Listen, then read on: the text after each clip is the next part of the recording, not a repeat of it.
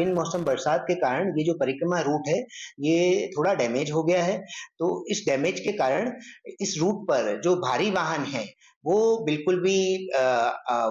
नहीं आ जा पाएँगे, कि अगर गए तो वो वहाँ पर उनके फँसने की संभावना रहेगी तथा वापस से उसको निकालना एक बहुत बड़ा चुनौती हो जाएगा। इसके लिए मैं सभी जो श्रद्धालु परिक्रमार्थी हैं, उनसे अपील करूँगा कि एक बार के लिए वो जब तक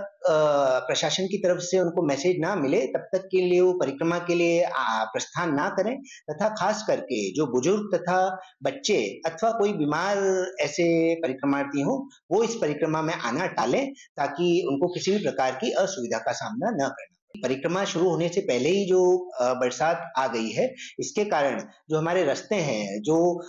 इस पूरे परिक्रमा रूट में 3 ऐसी घोड़ियाँ आती है, एक सरकड़िया घोड़ी, एक मालवेला घोड़ी और एक नलपानी घोड़ी, जो कि बहुत ही दुर्गम है। तो जब वो स्लिपरी होगा, तो उस पर फिसल के चोट लगने की संभावना पूरी-पूरी है।